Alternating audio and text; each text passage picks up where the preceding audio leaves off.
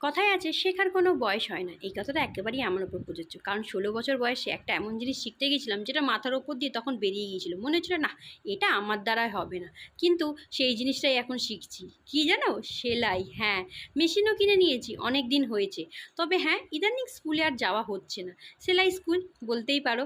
কিন্তু এই সেলাইটাই যখন আমি উচ্চ মাধ্যমিক পর শিখতে গিয়েছিলাম, বিশ্বাস করো প্রথম দিন যেদিন ক্লাসটায় গিয়েছিলাম ভর্তি হব বলে, সঙ্গে সঙ্গে বসিয়ে দেওয়ার পর যা যা বললো সব মাথার ওপর দিয়ে হনহন করে বেরিয়ে গেল। ব্যাস, বুঝে গেলাম এইটা আমার দ্বারা হবে না। কিন্তু দেখো ভাগ্যের কি খেলা, আজ এত বড় হয়ে গিয়ে একটা বাচ্চা মা হয়ে গিয়ে এখন যাচ্ছি সেলাই শিখতে। তাই বলিস শেখার কোনো বয়স হয় না। আচ্ছা বলো তো, তোমাদের এমন কোন জিনিস আছে যেটা শেখা হয়নি, যেটা ভয়ে তোমরা পালিয়ে এসছো আমার মতন? আমার তো এখন ভাবলে হাসিই পায়। জানো তো, সঙ্গে আমার এক বান্ধবীও গিয়েছিল, সে আর আমি দুজনেই সেখান থেকে পালিয়ে এসেছিলাম, গিয়ে তারপরে ভর্তি হয়েছিলাম কম্পিউটারে। কিন্তু ভাগ্যের কি খেলা দেখো, সেই কম্পিউটারটা আমার এখন কাজে লাগছে না, লাগছে হচ্ছে সেলাইটা।